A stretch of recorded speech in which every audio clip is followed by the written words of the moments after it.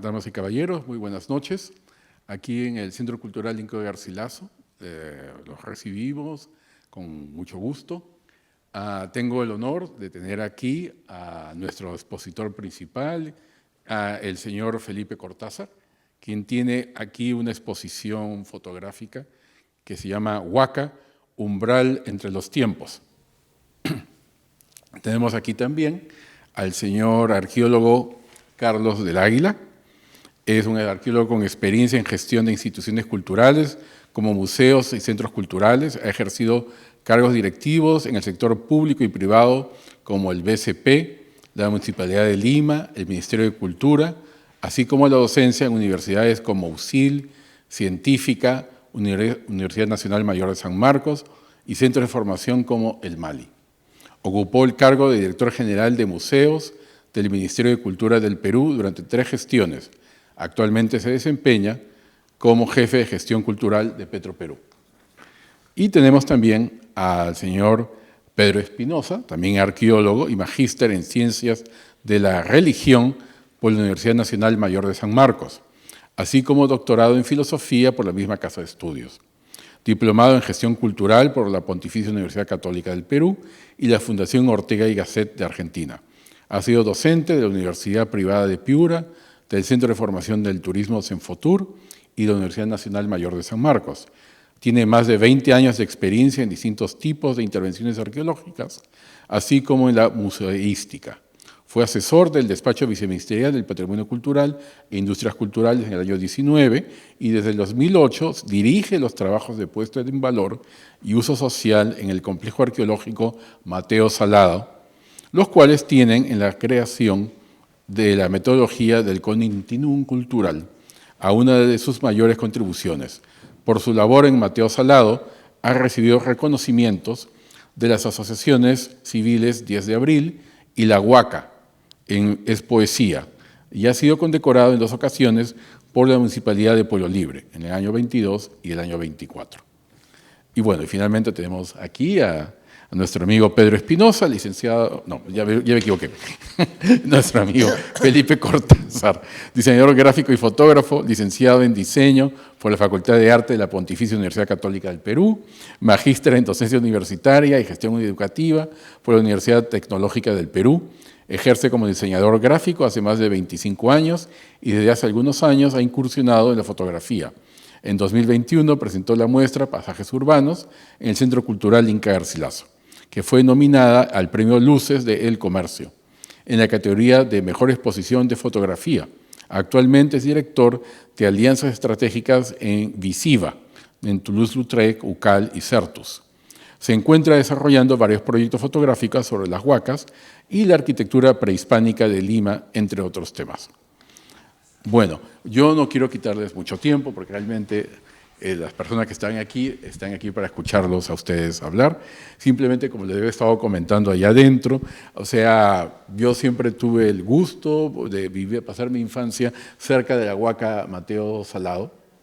Tengo entendido que, bueno, que por lo que estuve leyendo, que fue creado por la cultura Ixma entre los años 1100 a 1450 y que luego fue ocupado por los incas hasta el fin de la cultura incaica en 1532.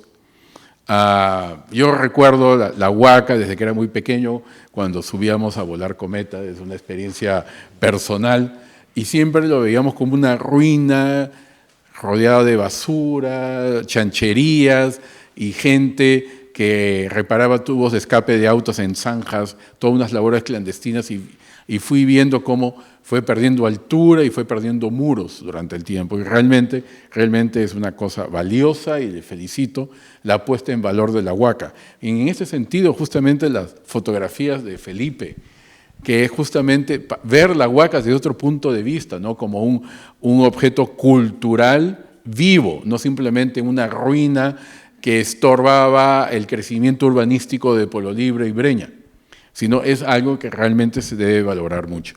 Entonces, bueno, le doy la palabra al señor Pedro Espinosa, quien es quien nos va a explicar mayores detalles justamente sobre la arqueología y los orígenes de la Huaca Mateo Salado.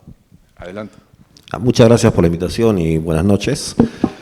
Para dar un poco de contexto a la muestra, vamos a hablar de las cuestiones que tienen que ver con la historia de Lima. Nosotros muchas veces nos olvidamos que estamos dentro de una ciudad que tiene un enorme patrimonio arqueológico. Es una de las ciudades en el mundo que tiene más restos prehispánicos insertos dentro de la ciudad, ¿no? Estamos hablando de un aproximado de 500 sitios arqueológicos dentro del casco urbano de la ciudad y han sido mucho más, ¿no? De acuerdo a algunos arqueólogos, esto sería aproximadamente un 30% apenas de todos los sitios arqueológicos que hubo cuando llegaron los españoles, pero de ahí se han ido perdiendo por distintos procesos, ¿no? Tanto por huaqueos, por la expansión del área agrícola y también por el desordenado crecimiento de la ciudad, sobre todo, ¿no? Este patrimonio arqueológico tan grande que tiene Lima es de muy diverso tipo, ¿no? O sea, tenemos sitios arqueológicos que funcionaron como templos, que funcionaron como palacios, tenemos sitios arqueológicos que fueron caminos, etcétera, etcétera, hasta geoglifos. Y justamente algunos de estos sitios son bastante susceptibles a una destrucción rápida, como los geoglifos. Nosotros tenemos acá en Lima geoglifos parecidos a los de Nazca, todavía quedan algunos en Canto Grande, otros también hacia la parte norte de la ciudad, pero es, por ejemplo, un tipo de sitio arqueológico muy frágil, desaparece muy fácilmente porque son o surcos o solamente hileras de piedra que con el simple tránsito ya simplemente desaparecen, ¿no? Igual con los sitios más antiguos que hay, por ejemplo, hacia la zona de Villa María del Triunfo, que son simplemente talleres líticos, donde se pueden encontrar algunos lugares donde se concentran herramientas de hace más de 6.000 a 7.000 años, ¿no? Entonces, pese a todo este potencial de sitios arqueológicos que tiene Lima, es un patrimonio arqueológico que todavía sigue en riesgo, ¿no? Por estas características que tiene. Se puede decir que el propio valor en cuanto a su diversidad y su antigüedad también lo hace susceptible a una rápida destrucción, ¿no? Pero los sitios que conocemos como huacas y son los más notables dentro de la ciudad, los más visibles, los que son parte de nuestro día a día, también tienen una historia de sobrevivencia, se podría decir, ¿no? Son vestigios de todo un proceso histórico que esto es importante saberlo porque lo capta muy bien la muestra de Felipe Cortázar. Es toda una historia que no acaba, ¿no? O sea, los sitios arqueológicos en general en nuestra ciudad no es que hayan sido habitados hasta 1532 y ahí nunca más, ¿no? Todos nosotros sabemos que en una ciudad donde tenemos una escasez de espacios para distintas actividades, pues cuando los vecinos ven una huaca, de todas maneras van a tratar de darle algún uso, ¿no? O sea, desde campos de fútbol hasta, o usos destructivos como los basureros, etcétera, ¿no? Pero siempre son espacios donde hay algún tipo de uso.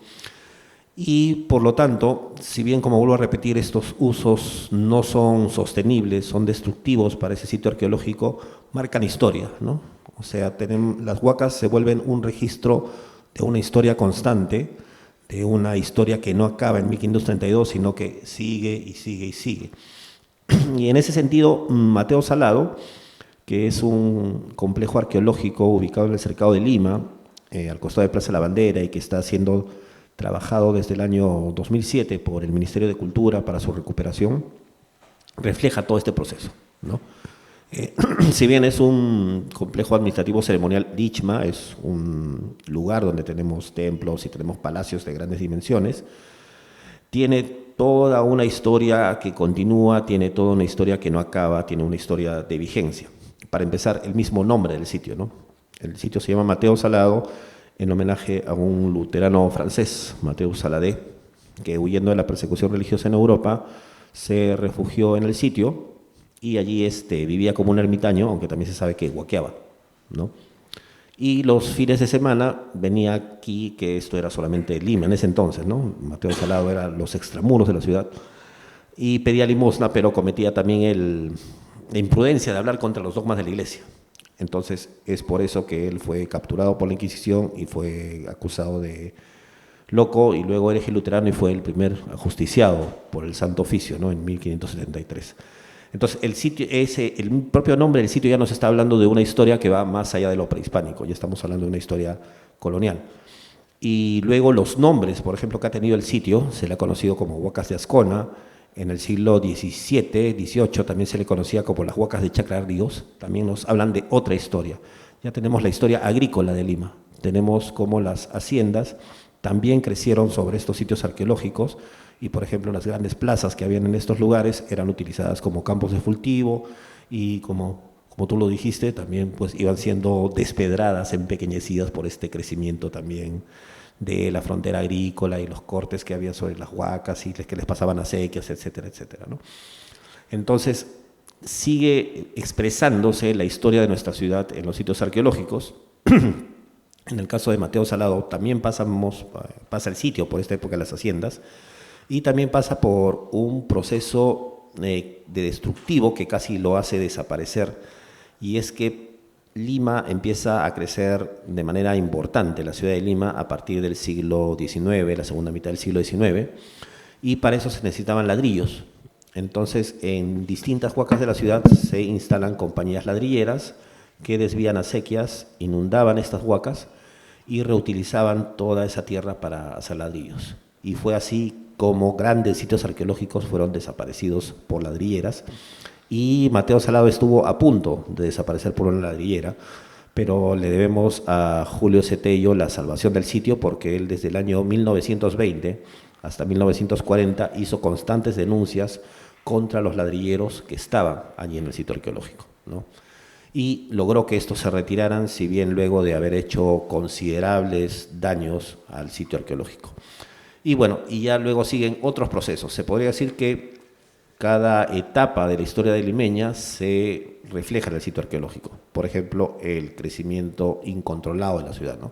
También parte del sitio arqueológico fue ocupado por ocupaciones informales y por distintos tipos de actividades como mecánicos informales, agricultores, etcétera, etcétera, ¿no? Entonces, Mateo Salado, llegando a la segunda mitad del siglo XX, a las primeras, en la década de los 60, los 70, también tenía una multitud de usos, y todas las etapas de nuestra ciudad, todas las etapas de nuestra historia se reflejan en el sitio arqueológico, ¿no? Hasta que el Ministerio de Cultura emprende la recuperación del sitio. Esto pasa a partir del año 2007 y nos encargan a nuestro equipo que lleve adelante los trabajos de investigación, conservación y restauración. Y lo que nosotros empezamos a ver era que el sitio tenía justamente este potencial de hablar de todas nuestras épocas, de hablar de toda esta continuidad de ocupaciones a lo largo del tiempo. Y es por eso que nosotros implementamos esta metodología del continuo cultural, ¿no? Que es que nosotros no vemos al sitio solamente como prehispánico, sino también como colonial, como moderno, y todas las evidencias de esas distintas épocas las recuperamos. Por ejemplo, es bastante común que los arqueólogos solo recuperen cosas prehispánicas y boten lo demás, ¿no? Pero nosotros recuperamos chapas, vidrio, disquetes, ¿no? Cartas, cartas de amor, de todo, ¿no? Entonces, eso también, cuando exponemos esos objetos, los tenemos expuestos en nuestra sala de exposición del sitio, crea también otro vínculo diferente con el visitante, ¿no? El visitante no ve que es un sitio precisamente del pasado, sino que es un sitio que sigue vivo, que es un sitio donde él puede reconocer una historia que le es familiar, ¿no? Y bueno, justamente lo que hace la muestra de Felipe Cortázar es captar toda esta dinámica que tiene el sitio, incluso hasta el presente, porque como parte de nuestras actividades de puesta en valor, nosotros propiciamos, por ejemplo, que haya eventos culturales como conciertos, danza, música, y todo eso lo ha sabido captar muy bien Felipe Cortázar, y con el arte se podría decir que revivifica ya la vigencia, ya la vida que por sí tiene esta huaca, ¿no? Entonces es una exposición que desde ese punto de vista se acopla plenamente a nuestra manera de ver el patrimonio en el proyecto Mateo Salado, y yo creo que relieva bastante esta necesidad de que las huacas sean vistas pues como entes vivos, ¿no? Como entes con una historia abierta y que no acaban, ¿no? Eso sería por mi parte. Gracias. Bueno, muchas gracias. Bueno, ahora le doy la palabra al arqueólogo Carlos del Águila. A ver, adelante. Gracias, no, ministro. Hola Pedro, Felipe, ¿qué tal? Gracias por esta invitación. Mi mirada va a ser más testimonial en el ámbito de la atención del patrimonio en el ámbito contemporáneo, en el espacio contemporáneo. Y quiero comenzar con una idea de añoranza, ¿no? Hace casi 40 años, específicamente, casi ya 40 años, cuando estábamos merodeando las huacas como recién estudiantes de arqueología, y las huacas eran obviamente las de Maranga, la del complejo Maranga Chayavilca, cercanos a la Universidad Católica y a la Universidad de San Marcos, y que tiene que ver con todo el complejo de Cinco Cerritos o Mateo Salado. Nos topamos así, caminando y escarbando irregularmente, porque eso es lo que hacíamos los estudiantes, mea culpa. Nos encontramos con un pequeño friso de un ave muy bonita, un hermoso friso, quedamos fascinados con ese asunto, con ese gran hallazgo, nuestro primer gran hallazgo de estudiantes. Fuimos corriendo al día siguiente para ver cómo hacer para restaurarlo, para intervenirlo y para mostrárselo a la gente, ¿no? Esa era nuestra idea, nuestro concepto, ¿no? Fuimos donde un profesor muy cercano a que nos dé las instrucciones, porque ni siquiera habíamos comenzado clases en la universidad y ya queríamos restaurar monumentos. Y el profesor alegremente nos dijo, muy bien, felicitaciones, anoten todo, dibujen todo y vuelvan a enterrar. Y nos pareció lo más extraño que nos podían haber dicho.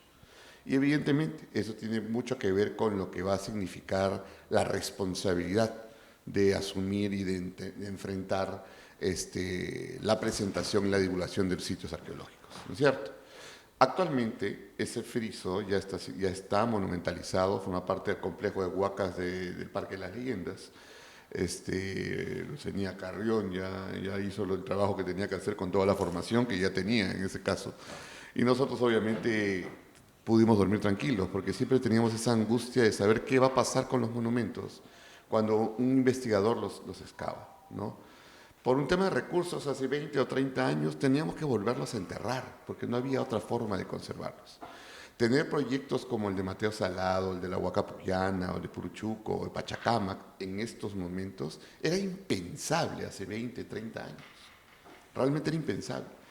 Y obviamente había generaciones que nos preparábamos para enfrentar estos temas. Pero no solamente con ese tema. Y podíamos entender el por qué era impensable pensar en tener un monumento así absolutamente restaurado y conservado con todo lo que ello implica a nivel de dinero y de presupuesto, cosa que el Estado no podía ponerlo en esos momentos. Ahora ya lo hace, pero en esos tiempos no. Y era porque evidentemente nuestra percepción de esta monumentalidad en un espacio urbano como Lima era muy distante, ¿no?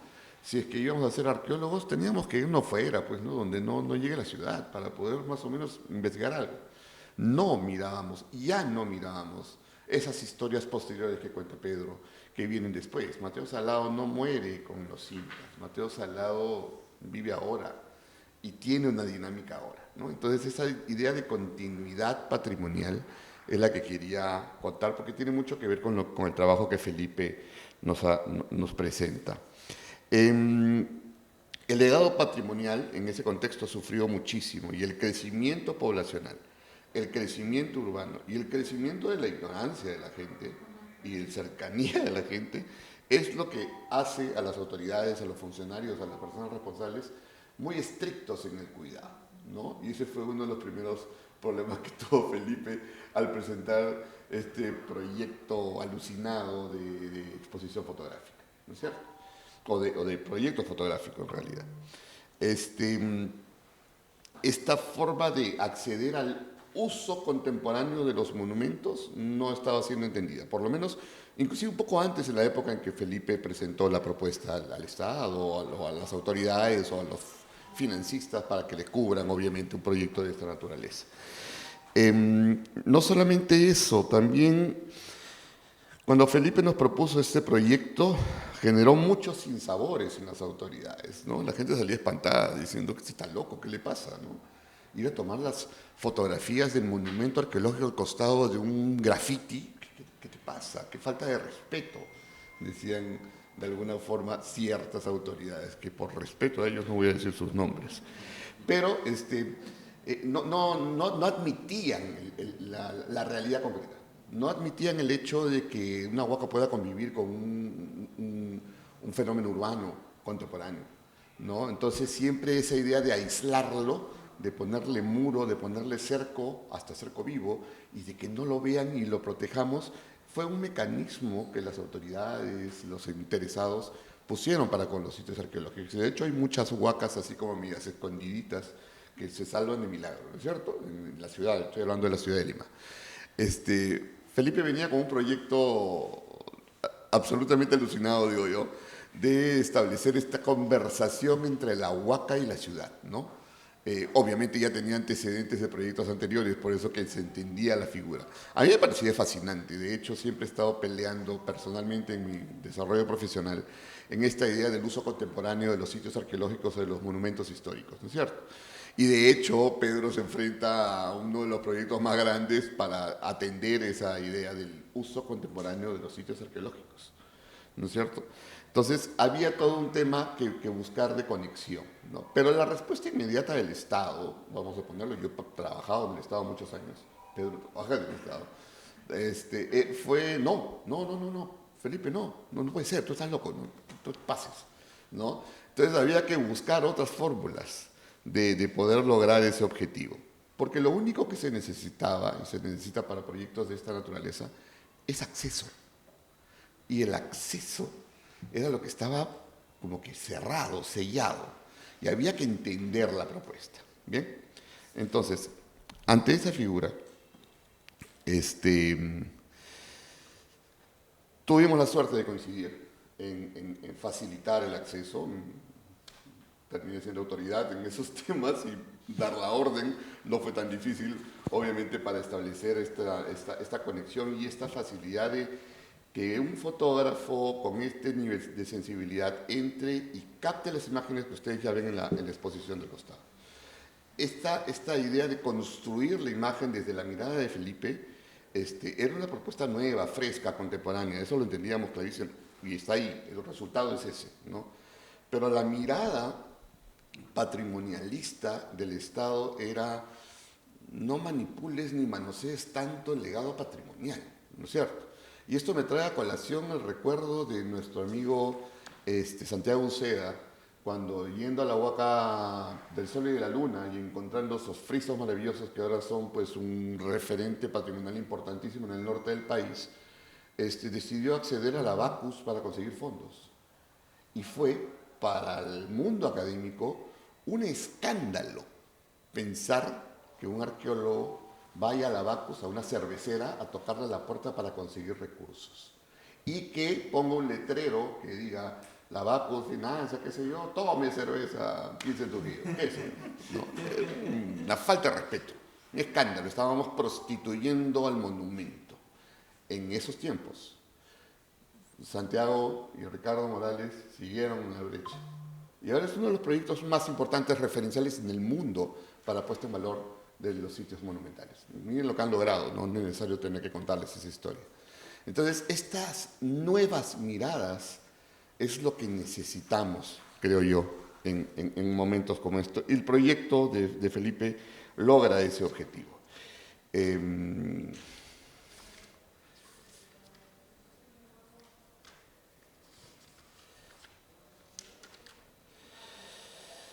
El diálogo entre los monumentos y la contemporaneidad es el tema crucial acá, ¿no? El patrimonio monumental y el urbanismo contemporáneo actualmente todavía, en la mayoría de los casos, no en todos ya, pero antes en casi todos, todavía es aislado, solitario y sin comprender. Evidentemente no voy a explayarme en la necesidad del trabajo académico, científico, la investigación para que obviamente esto pueda ser más sensiblemente consumible, ¿no? Usando la palabra a propósito de consumible, el uso contemporáneo, el consumo de huacas, ¿no? No hay que tenerle miedo a estas palabras porque son las cosas que necesitamos actualmente. Esto es lo que rescata a Felipe y así se rompe, y así él rompe con una forma divina de ver las cosas en el mundo patrimonialista. ¿Ya? Estoy enfocándome en el tema arqueológico, pero esta problemática también se da a otro tipo de patrimonios también. Y me queda hablar con patrimonio inmaterial. Y lo refiero porque los experimentos que Felipe hace con sus proyectos fotográficos apunta a eso, a fusionar la idea de patrimonio nacional, el contemporáneo, el del futuro, el de nuestra realidad, el de las huacas, el patrimonio inmaterial, todo eso. No he visto cosas así.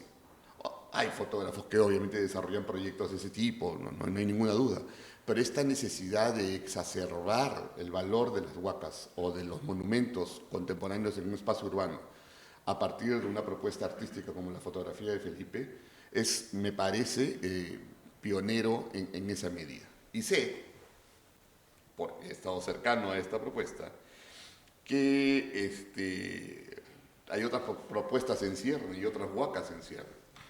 En ese sentido, sí creo que la idea y el juego del proyecto, la visualización mágico-religiosa de sus imágenes, porque están allí, no sé si han podido percibirla, ustedes han visto la exposición, esta idea de poner a un concierto ¿de qué era? De rock, ¿no? O música contemporánea, ¿no? Con una plataforma, digamos, de sonido y al fondo la iluminación de la huaca, digamos, ese juego, digamos, de contemporaneidad, es lo que hace, digamos, una mirada fresca y diferente de lo que es el espacio patrimonial reconstruido por los arqueólogos que sabemos poco o mucho y que hacemos todo lo posible por mantener el respeto de los monumentos culturales, de los monumentos arqueológicos, históricos. Esa de poner a un danzante de tijeras mirando su celular bajo el fondo de la huaca me parece genial, por ejemplo, ¿no? Porque obviamente ahí te está diciendo muchas cosas. Eso me trae mucho a colación a las fotografías de Víctor Che Vargas, cuando registraba el Inti Raymi. Hay una fotografía genial que ha publicado él, donde están dos personajes de la representación artística del Inti Raymi en el Cusco, en una cantina en el Cusco, tomándose una cerveza después del espectáculo, ¿no? Y chupando como acostumbramos chupar todos, ¿no? Con un solo vaso, ¿no? Y me parecía genial, o sea, esta idea, digamos, de cómo conectarse con una realidad concreta, contemporánea, pero además levantar la voz a nivel del legado patrimonial.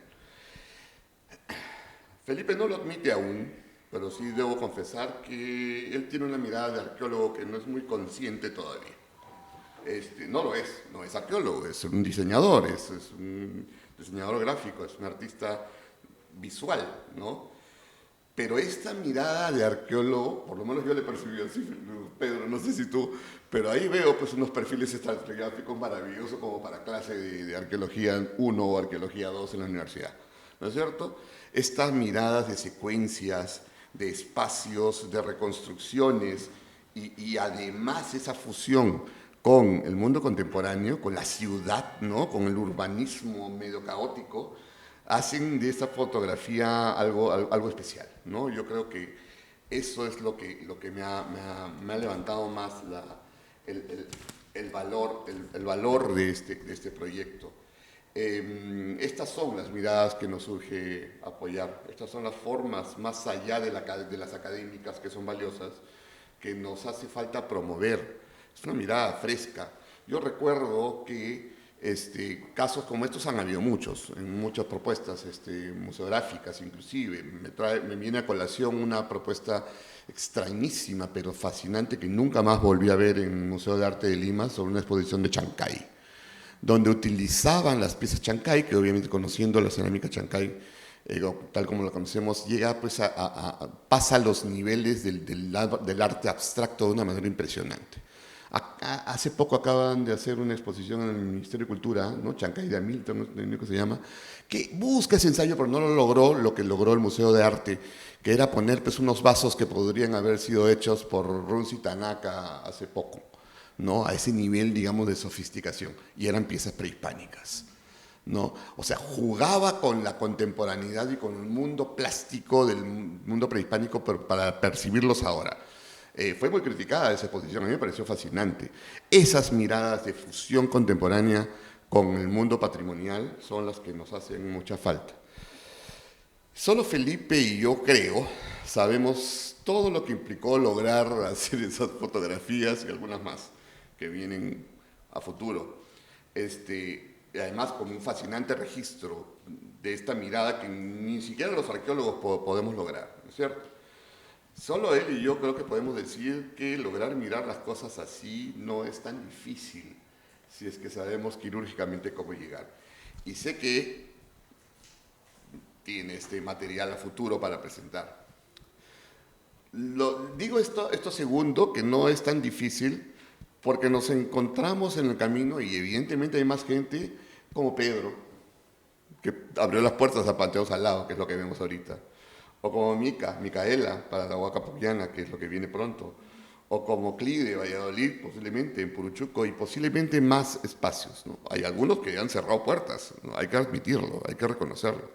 No es tan fácil, hay mucho recelo en ese tema, pero plantearnos estas miradas, creo yo, que nos permiten sensibilizar mejor el acceso al patrimonio, el cariño y la apropiación del patrimonio, nos hace muchísima falta. Creo que desde la mirada del mundo internacional o de la cooperación internacional o de Cancillería, esas son las cosas que, digamos, nos hacen involucrarnos en un espacio de consumo cultural como se consume en todo el mundo, no desde la añoranza patrimonialista del recuerdo del pasado fue mejor, sino desde la necesidad del uso contemporáneo que debemos darle a las cosas. Felipe logra brillantemente este objetivo con Huaca, umbral entre los tiempos, y esperemos que pues no sea la primera y única propuesta de mirada diferente del patrimonio, y que vengan más huacas, más espacios, más patrimonios con esa mirada contemporánea que tanto nos surge a nosotros en estos tiempos. Felicitaciones. Bueno, muchas gracias, Carlos. Ahora le doy la palabra a Felipe Cortázar. Gracias, Augusto. Y bueno, Pedro y Carlos y todos los presentes, ¿no? Primero, agradecerle a ustedes por esta oportunidad del Centro Cultural, por haber acogido el proyecto desde el principio, que sé que es un proyecto diferente, pero apostaron por él a nombre de Augusto, del Centro Cultural. Les agradezco esta acogida y bueno, un poco la historia, contarles rápidamente por qué quería estar en la mesa con ustedes. Y bueno, lamentablemente no ha llegado Jorge Villacorta, el curador de la muestra, por un tema de tráfico, ¿no? Pero bueno, Pedro y Carlos fueron los que me apoyaron desde el principio en este proyecto, ¿no? Primero Carlos, un poco cómplice, cuando me acuerdo nos encontramos en unos primeros museos abiertos, actividades de museos abiertos, y ahí me di cuenta de cómo la Huaca pues no era un monumento muerto, aislado, sino ya tenía interacción con las personas. De ahí fue la idea germinal un poco y Carlos me dice, pues hazte un documental, ¿no? Como, qué fácil, ¿no? Pero no tenía la idea de qué hacer, pero sí sentí cómo interactuaba la gente con la Huaca. No era pues este monumento que uno lo visita en fila y lo mira, sino también ya hay una fusión de culturas y de experiencias, ¿no? Hay una experiencia viva a partir de la Huaca. Para mí eso fue algo nuevo. En particular las Huacas me interesan desde niño. He tenido una cercanía, he vivido cerca de la Huaca de Ayamarca toda mi vida. Y desde niño pues me imaginaba, escuchaba historias, entonces sí he tenido una cercanía con el pasado prehispánico de Lima, ¿no?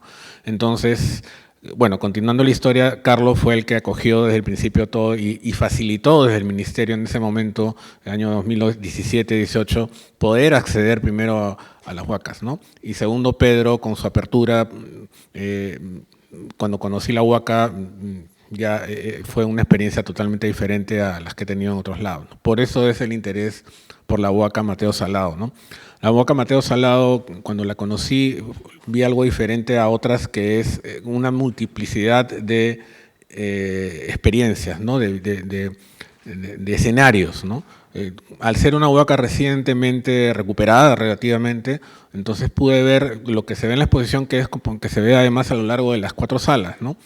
Y por etapas, ¿no? Se pueden ver varios temas, No solo es la huaca monumental, histórica, que es al principio, que se puede ver, además con sus formas abstractas, la belleza de su arquitectura, las texturas que comentas, ¿no? La estratigrafía, que no es tan estratigrafía, sino son algunos rastros de lo que cuando era la huaca taller clandestino. Esa mancha blanca es la lumbre que han dejado los soldadores. Pero bueno, y se ve también, conforme fui conociendo la huaca, pues vi las heridas que presenta la huaca por los siglos de indiferencia, el maltrato, el olvido, ¿no? Y eso también me impresionó bastante. O sea, ese contraste, además de huaca de día con huaca de noche, es totalmente, para mí fue inédito, ¿no? Nunca había visto. La huaca de día, la pueden ver, es algo pausado, casi monócromo, color tierra, más pasivo, y de noche con los espectáculos que se montan, bueno, con la autorización, pues, ¿no? de las autoridades, cobra una nueva vida, ¿no? Y interactúa con las personas, y ahí es donde cobra vida la huaca, ¿no? Con colores artificiales de energía eléctrica, de luz, ¿no?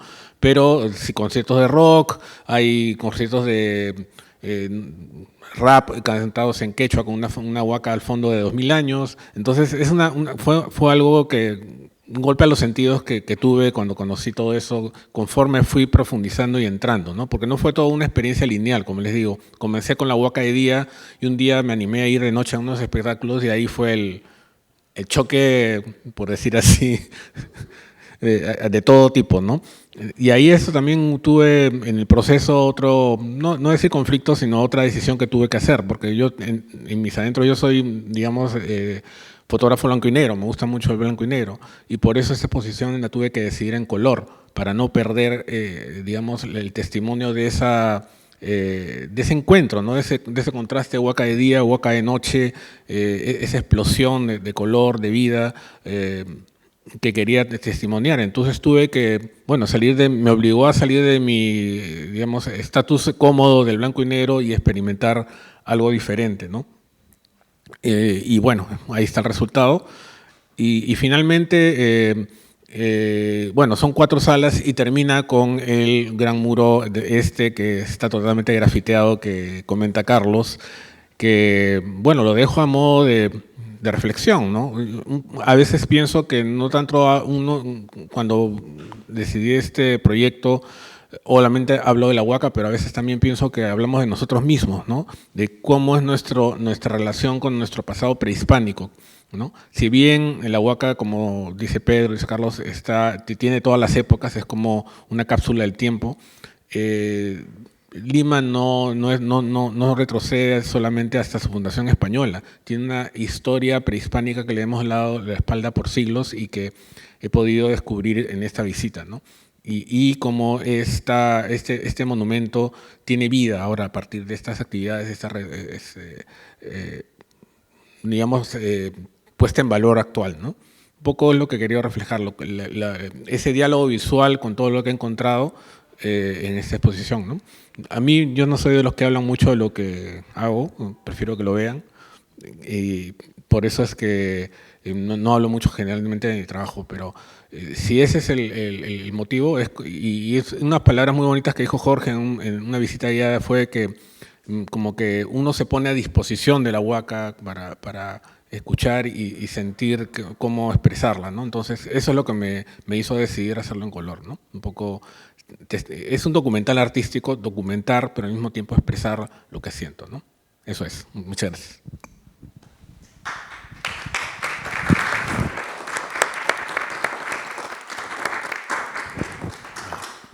Bueno, muchas gracias, Felipe. Realmente agradezco tanto a Carlos como a Pedro sus palabras.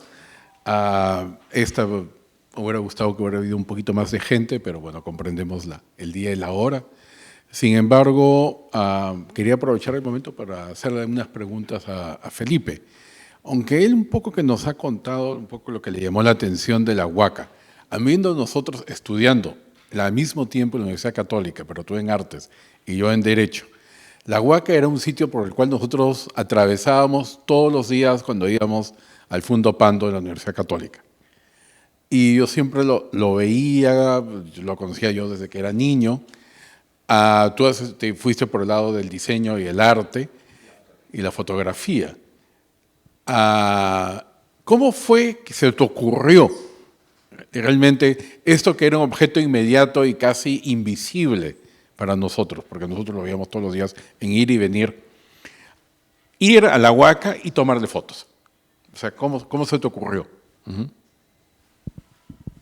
Ok, gracias. Bueno, un poco acabo de contarlo, y acá tengo algunos de los culpables. Fue en una visita a la Huaca Pucllana en el año 2017, creo, o 16, cuando comenzaron las actividades de museos abiertos.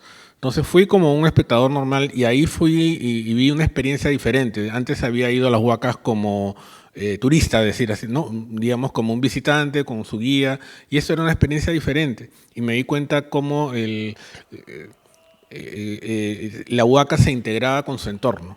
Creo que, y dejaba de ser un monumento, bueno, sí, es un monumento, pero como decir, cobraba vida, una vida más allá de la mirada turística, sino también la experiencia con las personas, se relacionaba con las personas.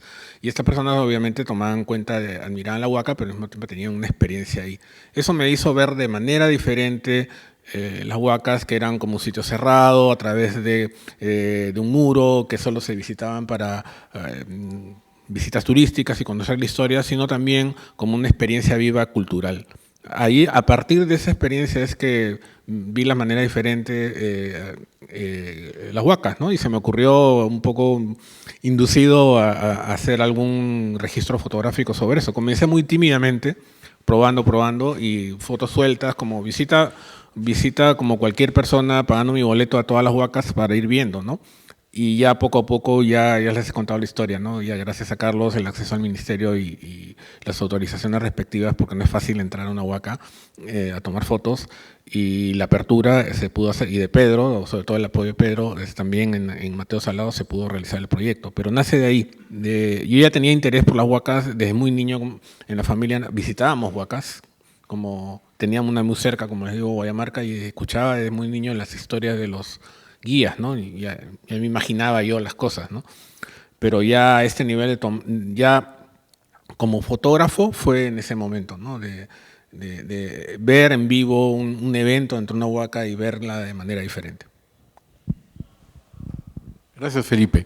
Y ahora que esta exposición ya tiene como un par de semanas aquí, ¿qué te han comentado, qué has escuchado tú de reacciones del público ante las fotografías de la Huaca? Porque la Huaca se veía como una estructura muerta, objeto inanimado, invisible para todos los vecinos, casi como un accidente geográfico, un estorbo. Pero de repente vemos estas fotografías y es algo bonito, es algo vivo. O sea, justamente es la puesta en valor que justamente Pedro y Carlos han estado tratando de hacer. Es justamente se ve algo diferente, o sea, se convierte en un lugar de espectáculos con música contemporánea, y luego se convierte en un objeto artístico, un objeto a admirar. Entonces, ¿qué has escuchado tú? ¿Qué comentarios? Ok, gracias. Bueno, un poco, algunos comentarios obviamente ha gustado, y también de extrañeza, ¿no? Primero por el tema del color. Como les comento, normalmente los proyectos hay este concepto de que la fotografía artística es en blanco y negro y sobre todo de Huacas, ¿no? Entonces causó un poco no diré, es algo novedoso, se puede decir, de un proyecto sobre Huacas en color. Que yo no lo planteé, como les digo al principio, yo iba con mi mentalidad ya preestablecida de un proyecto en blanco y negro, y la realidad me hizo un poco en el camino tomar las decisiones, ¿no? Pero más que nada he escuchado eso y bueno, el tema de conocer la Huaca. Yo creo que ese es otro tema que me gustaría a partir de este proyecto que la gente vaya, ¿no? Si hay algo que podemos sacar de este proyecto, aparte de lo artístico, el documental, es que la gente reflexione y que conozca la Huaca. Los invito a que vayan a la Huaca Mateo Salado, la conozcan nuestra historia y tengan una experiencia así como yo, ¿no? Lo que yo he transmitido es un documental artístico, no es un documental periodístico preciso. Son impresiones que a mí me ha causado y he querido expresar a través de, como les digo, los diferentes escenarios que he encontrado. Hay fotos que no puedo decir que sean bonitas, son duras, pero es la realidad que he querido transmitir también, que se han visto. Hay otras que son más festivas, hay otras que son más para reflexionar, otras que son más estéticas, de arquitectura, más la parte geométrica, digamos, estructural. Entonces, hay como, eso es lo que me gustó del proyecto de la Huaca y me han comentado, ¿no? Que también que hay diferentes visiones en un solo sitio, ¿no? Un poco. Gracias, Felipe. Bueno, no sé si habrá algún comentario adicional por parte de Jorge Villacorta, curador de esta exposición, curador de muchas otras exposiciones, curador de curadores. Le doy la palabra. Muchas gracias. Yo voy a entrar de frente en el tema, les pido mil disculpas, pero lo que quería yo sugerir es algo que tal vez no esté necesariamente dentro de lo que se haya tocado ahora en el conversatorio, pero la naturaleza del acto fotográfico de registrar es algo que no puede ser subestimado, y menos aún en el caso de Huaca Umbral entre los tiempos. ¿Por qué?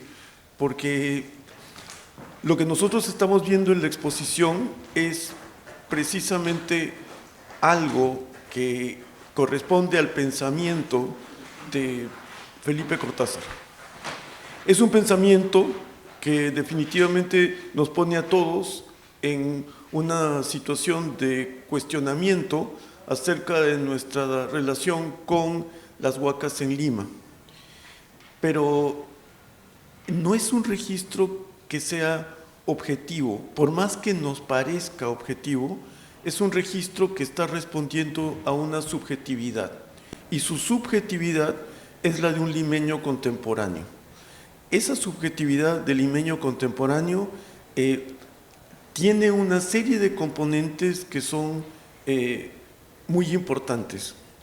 Por un lado está ciertamente el componente de ser un habitante en una ciudad que crece desordenadamente, pero también es ser habitante de una ciudad que no tiene memoria.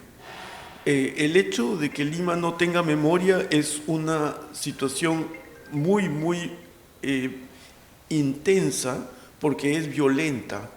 Es decir, Lima es la ciudad del olvido. Hay una serie de instancias en la que claramente uno está confrontándose, si es que uno tiene memoria, uno está confrontándose con olvido continuo. Y uno de los aspectos más, tal vez más insidiosos de este olvido continuo, es que las nuevas generaciones muchas veces no son ni siquiera conscientes de que ha habido algo diferente antes de lo que están viendo. Es decir, y parte del trabajo, creo yo, de quien está implicado en el área de cultura, está precisamente en invitar a las nuevas generaciones a ver algo que no han visto. Y yo creo que en el caso de la fotografía de Felipe Cortázar en esta exposición, que es una exposición de fotografía documental, artística, esta exposición es justamente una de esas instancias en las que se invita a ver aquello que no se ha visto antes, pese a que uno vive con la Huaca al lado. Y ese es tal vez uno de los aspectos más importantes de la fotografía en nuestro medio, y por eso tal vez es que la fotografía ha sido tan importante para el mundo cultural peruano desde que apareció en estas partes del mundo. La fotografía revela cosas que normalmente no vemos muchas veces, aunque las tengamos ante los ojos. Es algo muy peculiar, pero el rol del fotógrafo al encuadrar, registrar, equivale a algo que podría ser descrito como un encapsulamiento de un fragmento de su propio imaginario que refleja su pensamiento. Entonces, lo que estamos viendo en la exposición de Felipe Cortázar es ante todo su pensamiento y la manera en que él lo está compartiendo con nosotros como sus contemporáneos en esta ciudad. Lima tiene ciertamente también otro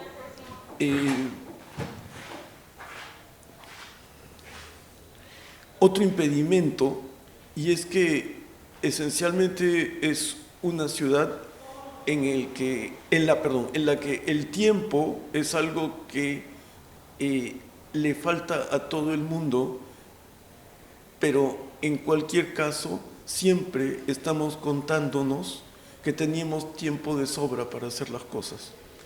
Es parte de una situación de idiosincrasia limeña que nos atraviesa, y creo que por eso la fotografía de Felipe Cortázar es tan interesante, porque cuando la vemos parece estar combinándonos y somos nosotros los que estamos de alguna manera combinándonos a nosotros mismos, porque la fotografía es neutra.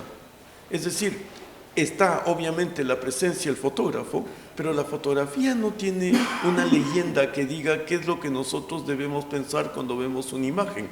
Pero lo que ocurre es que la fotografía es una cápsula de tiempo, y al ser una cápsula de tiempo nos hace conscientes muy claramente de lo que es la desidia y de lo que es justamente el posponer las cosas.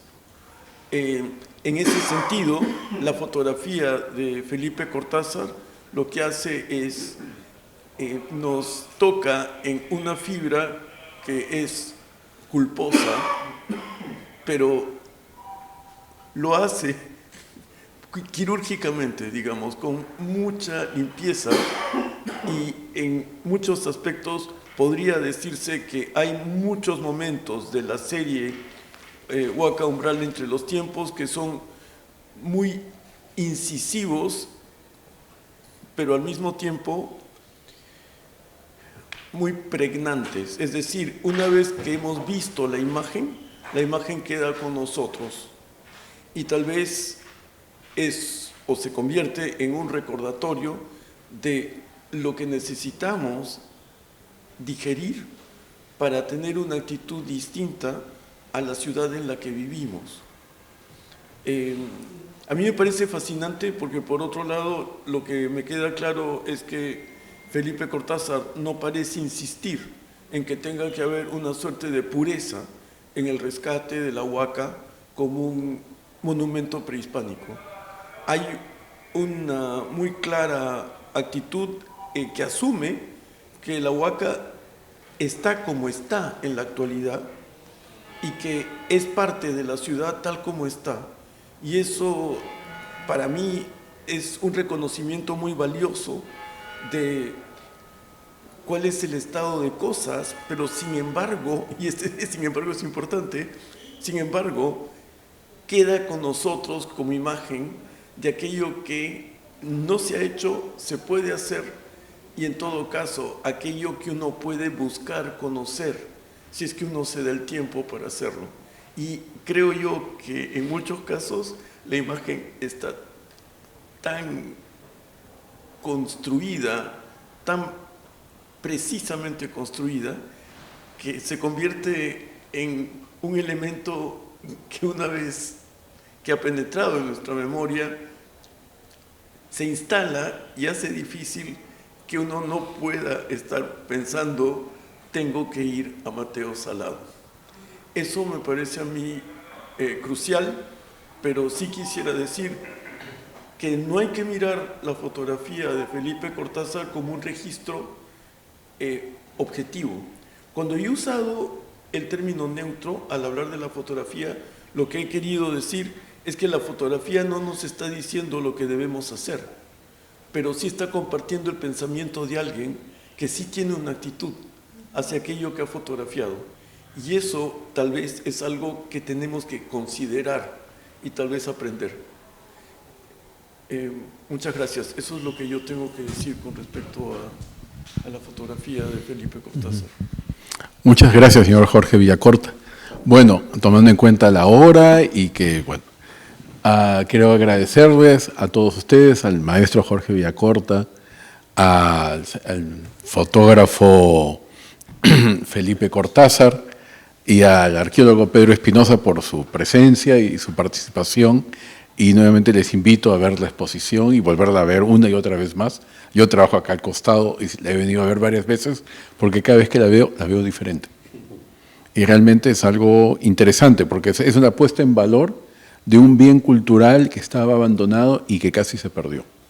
Y eso es algo que realmente te agradezco, Felipe, y que nuevamente ahora va a haber la oportunidad para darla a conocer por todo el mundo. Entonces los turistas no solamente van a ir a buscar Machu Picchu, van a querer ver Mateo Salado. Muy bien, buenas noches, muchas gracias.